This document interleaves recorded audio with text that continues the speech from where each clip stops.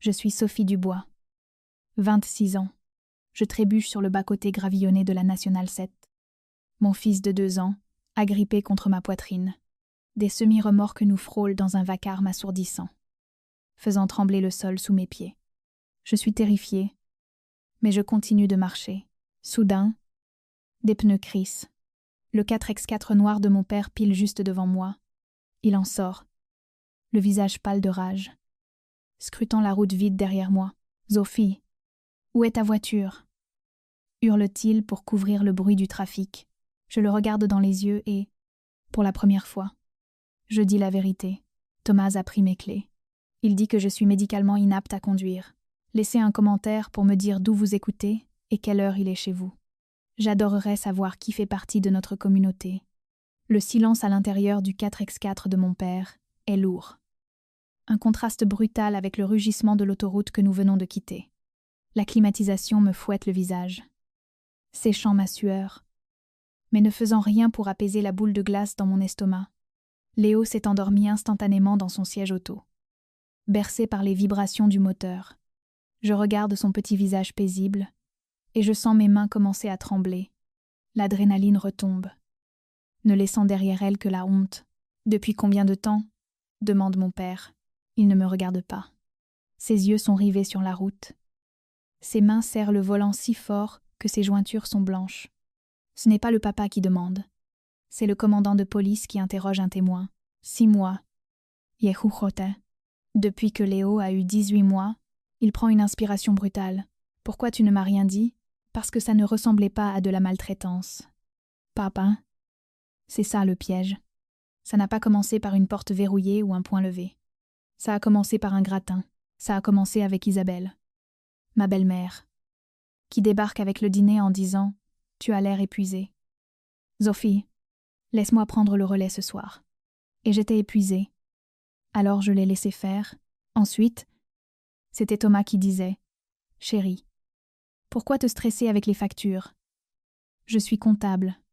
Laisse-moi gérer les finances pour que tu puisses te concentrer sur Léo. » Et j'étais stressée. Alors je l'ai remercié. Je regarde par la fenêtre les arbres qui défilent. Le monde devient flou. J'ai besoin qu'ils comprennent la mécanique du piège. C'est la grenouille ébouillantée. Papa, tu connais l'histoire. Si tu jettes une grenouille dans l'eau bouillante, elle saute. Mais si tu la mets dans l'eau froide et que tu montes le feu doucement, elle cuit à mort avant de réaliser qu'elle est en train de mourir. C'était ça. Ma fille, la température est montée d'1 degré à la fois. Débord. Isabelle s'est installée dans la dépendance pour aider. Ensuite, elle était dans ma cuisine tous les matins à critiquer la valeur nutritionnelle de mes petits déjeuners. Puis, elle vérifiait mes tickets de caisse, entourant au stylo rouge les articles qu'elle jugeait superflus. Quand je me plaignais, Thomas me disait que j'étais ingrate. Il disait que je faisais une dépression postpartum. La mâchoire de mon père se contracte. Un médecin a diagnostiqué ça? Non. Thomas l'a fait. Chaque fois que je demandais pourquoi il avait déplacé nos économies sur un nouveau compte auquel je n'avais pas accès. Il disait que j'étais paranoïaque. Chaque fois que je demandais pourquoi Isabelle avait une clé de notre chambre. Il disait que j'étais difficile. Ils m'ont fait croire que mon cerveau était cassé. La semaine dernière, j'ai voulu aller au parc et mes clés avaient disparu. Thomas a dit qu'il les avait prises pour ma propre sécurité parce que j'étais trop dispersée ces derniers temps. Il a dit qu'il me protégeait.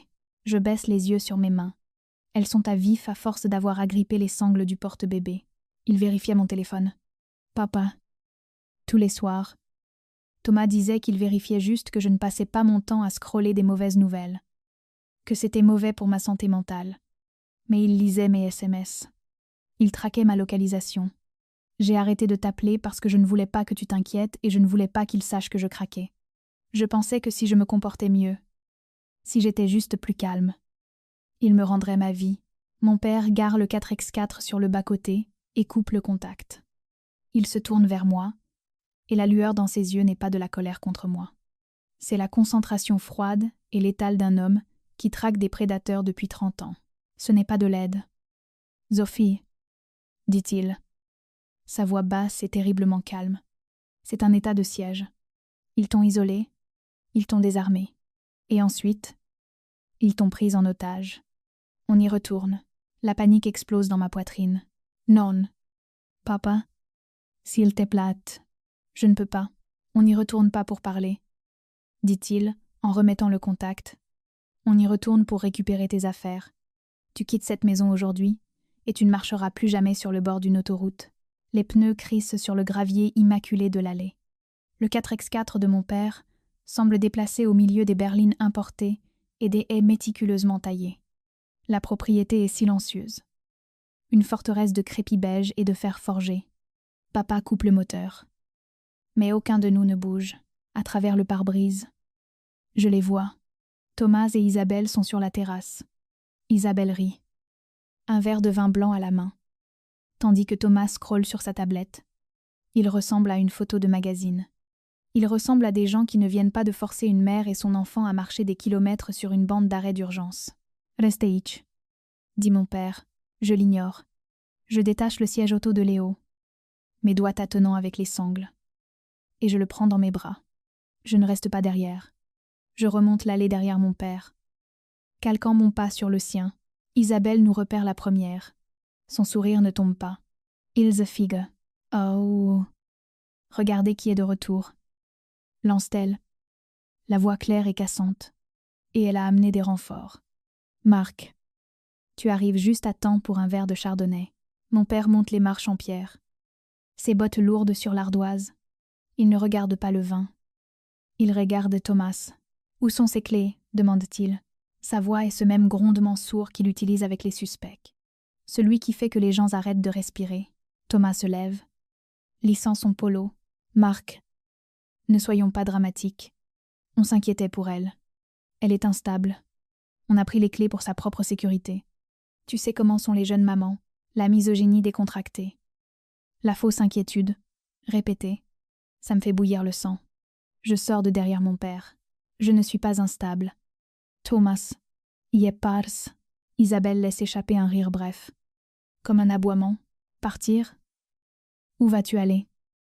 Sophie? Tu n'as pas de travail. Tu n'as pas de voiture. Il te reste à peine un neurone qui ne soit pas focalisé sur les couches. Nous te protégeons. Nous gardons cette famille unie parce que tu es clairement incapable de le faire toi-même. Mon père s'interpose entre nous. Il ne crie pas. Il ne bombe pas le torse.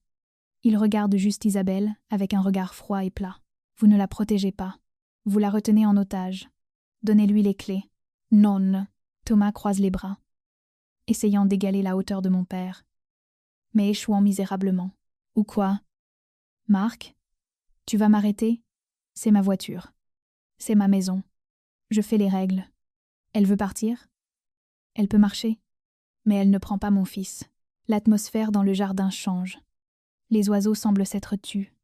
Mon père fait un pas de plus vers Thomas. Tu veux parler de règles? Très bien. Parlons de la loi. Tu retiens sa propriété personnelle. Tu restreins sa liberté de mouvement. Et si tu essaies de l'empêcher de partir avec son enfant, c'est de la séquestration. Isabelle ricane. Oh, s'il te plaît. Elle est hystérique. Elle a besoin de repos. Elle a besoin de son passeport. Dit mon père en se tournant vers moi. Va à l'intérieur. Prends tes papiers. Prends les affaires du bébé. Je m'occupe d'eux. Je cours devant Thomas, esquivant sa main tendue. J'entends Isabelle crier quelque chose sur la violation de domicile, sur le fait d'appeler la police. Mais la voix de mon père tranche à travers tout ça. Was eux. Isabelle, appelle-les. J'adorerais expliquer la situation à mes anciens collègues. Je dévale les escaliers. Mon cœur martelant mes côtes. La maison semble différente maintenant. Froide. Étrangère. Ce n'était pas mon foyer. C'était une scène de crime. J'arrache la porte du placard. Mes mains bougeant avec une vitesse frénétique et maladroite. Je ne plie rien. Je fourre les vêtements dans le sac de sport. Les bodies de Léo. Mes jeans. Tout ce que je peux attraper.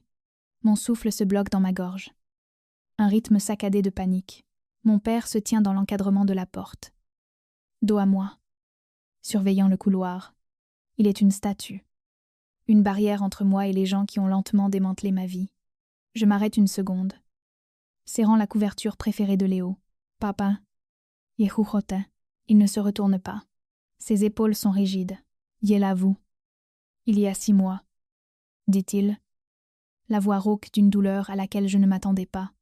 Ce déjeuner du dimanche, où tu n'as pas ri une seule fois.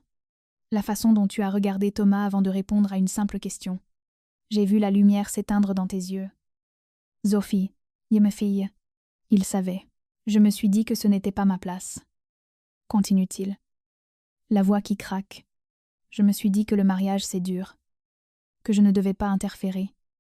Que je t'aidais en te laissant de l'espace. Je pensais respecter tes limites. Mais ce n'était pas ça. Je te laissais derrière les lignes ennemies sans armes. Je suis tellement désolée. La culpabilité dans sa voix est lourde. Presque palpable. C'est le regret silencieux de la sentinelle qui s'est endormie pendant que le château était envahi. Je m'approche et pose une main sur son bras. « Tu es là maintenant, » dis-je. « Mais papa, tu dois savoir quelque chose. Je ne suis pas restée parce que j'étais faible. » Il se tourne pour me regarder. Ses yeux cherchant les miens. Je suis restée parce que j'étais terrifiée qu'ils me prennent Léo si je partais sans plan. Je sors une pochette cachée sous le matelas. Le seul endroit qu'Isabelle n'a jamais vérifié, parce qu'elle était trop occupée à inspecter la poussière sur les plaintes. Je l'ouvre. À l'intérieur. Des photos des relevés bancaires de Thomas que j'ai prises quand il laissait son ordinateur ouvert. Des captures d'écran de SMS entre lui et Isabelle, discutant de la façon de me gérer. Je ne faisais pas que survivre. « Papa » dis-je. Ma voix se raffermissant. Je rassemblais des munitions. C'est la chaîne invisible du survivant. Tu ne tires pas sur la chaîne parce qu'elle t'étrangle juste plus fort. Tu attends. Tu crochettes la serrure pendant qu'il dorme. J'attendais le moment où je pourrais partir avec Léo, sans jamais avoir à regarder en arrière. Aujourd'hui, c'était ce moment. Mon père regarde la pochette. Puis moi. Il ne voit plus une victime. Il voit sa fille. On y va, dit-il. Nous sortons de la chambre. Thomas est au bas de l'escalier. Nous regardons avec un mélange de fureur et d'incrédulité. Isabelle est derrière lui. Son téléphone à la main. « Tu ne peux pas le prendre » hurle-t-elle en pointant Léo dans mes bras. C'est un enlèvement. J'ai la police en ligne en ce moment même. Mon père ne ralentit même pas. Il descend les marches. Une à une. Lourdement. Forçant Thomas à reculer. Ce n'est pas un enlèvement pour une mère de voyager avec son enfant. Isabelle, mon père parle avec l'autorité d'un homme qui connaît chaque article de loi par cœur. Mais empêcher une personne de quitter un lieu. Ça, c'est une entrave à la liberté de mouvement. Et si tu mens au dicept à propos d'un conflit de garde pour inciter une intervention de police, c'est une dénonciation mensongère. Veux-tu que je t'épelle les peines prévues par le code pénal ? La bouche d'Isabelle se ferme d'un coup sec. Son pouce hésite au-dessus de l'écran de son téléphone. Tremblant, je passe devant eux. Je ne regarde pas Thomas. Je ne regarde pas la cuisine où j'ai pleuré sur des toasts brûlés. Je franchis la porte d'entrée. Droit dans le soleil aveuglant de l'après-midi, l'air a un goût différent ici. Un goût d'oxygène. Le trajet jusqu'à la maison de mon père ressemble à la première vraie respiration que je prends depuis 1 an. Le silence n'est pas vide. Il est sourd. Léo babille sur la banquette arrière, pointant les arbres qui défilent, ignorant que sa mère vient de brûler sa vie pour sauver la sienne. Quand nous nous garons dans l'allée de papa, je m'attends à du soulagement. Au lieu de cela, mon cerveau passe en sur-régime. La chute d'adrénaline est brutale, me laissant tremblante et nauséeuse. On doit tout vérifier, dis-je en vidant le sac de sport sur la table de la cuisine de papa. Mon père est déjà au téléphone avec son avocat. Mais il me fait un signe de tête. Vérifier quoi ? L'argent ? Les documents ? Tout. J'étale les papiers. J'ai réussi à attraper le dossier dans le bureau de Thomas pendant que papa bloquait l'escalier. Mes mains tremblent en l'ouvrant. Relevé bancaire. Contrat de prêt. Titre de propriété. Il me faut 10 minutes pour réaliser l'étendue des dégâts. Papa raccroche le téléphone et s'approche. Qu'est-ce que tu as trouvé ? Je fixe le papier dans ma main. Les chiffres deviennent flous. Ma voiture. Yehuchote. Le SUV que tu m'as acheté quand Léo est né. Oui, il n'est plus là. Thomas l'a vendu il y a 3 semaines à un concessionnaire dans le département voisin. Le certificat de cession est juste là, daté du lendemain du jour où il a pris mes clés. 10 euros. Le visage de mon père devient stoïque. Un masque de rage contrôlé. Il a vendu un cadeau offert à sa femme. Il ne l'a pas juste vendu. Papa. Regarde ça. Je pousse un reçu de virement bancaire vers lui. Il a utilisé l'argent pour rembourser une carte de crédit. Mais la carte n'est pas à son nom. Elle est à Isabelle. Papa prend le papier. Dette de jeu d'Isabelle ou une affaire foireuse. Est-ce que ça a de l'importance? Ils ont volé ma voiture pour payer ses factures. Mais ce n'était pas le pire. Je creuse plus profondément dans le dossier. Mon cœur battant un rythme effréné contre mes côtes. Il y a un document de prêt d'un prêteur privé. 350 €. L'emprunteur listé est Sophie Dubois. Je n'ai pas signé ça. Dis-je, ma voix montant dans la panique. Papa, regarde la signature. On dirait Thomas essayant d'imiter ton écriture. Terminé, papa. Je sens la pièce tourner. Il a contracté un prêt de 35 000 € en mon nom. Et le plan épargne. Les 50 000 € que grand-mère m'a laissés. Je me connecte à l'application bancaire sur mon téléphone. Mes doigts glissant sur l'écran. Mot de passe incorrect. J'essaie encore. Bloqué. J'appelle le serveur vocal. Tapant mes identifiants. Le solde de votre compte se terminant par 4 492 est de 0 €. Je laisse tomber le téléphone. Ils ont tout pris. La voiture. L'héritage. Mon crédit. Ce n'était plus du contrôle. C'était une tentative délibérée de me mettre en faillite. De me piéger sans aucune issue. Mon père étudie les documents. Le prêt falsifié. La vente de la voiture. Les transferts. Son expression se durcit. Ce n'est pas un problème conjugal. Dit-il. C'est de l'escroquerie en bande organisée. Quand Thomas et Isabelle ont débarqué, criant et menaçant pour la garde. J'ai ouvert la porte calmement. Et je lui ai tendu l'enveloppe. À l'intérieur se trouvaient les preuves. Documents de prêt. Relevé bancaire. La signature falsifiée. Son assurance s'est effondrée en lisant. Vous avez volé 50 000 €. Ai-je dit? Ce n'est pas un mariage. C'est un crime. Je leur ai donné le choix. Rendre l'argent avant le matin ou le dossier part chez le procureur de la République. Ils sont partis en panique. Exposés et impuissants. 3 mois plus tard, je verrouille la porte de mon propre appartement. Petit, calme, choisi par moi. Mon solde bancaire est modeste. Mais c'est le mien. Thomas fait face à des poursuites judiciaires pour faux et usage de faux. Je reconstruis ma vie. Je ne suis plus reconnaissante pour la cage.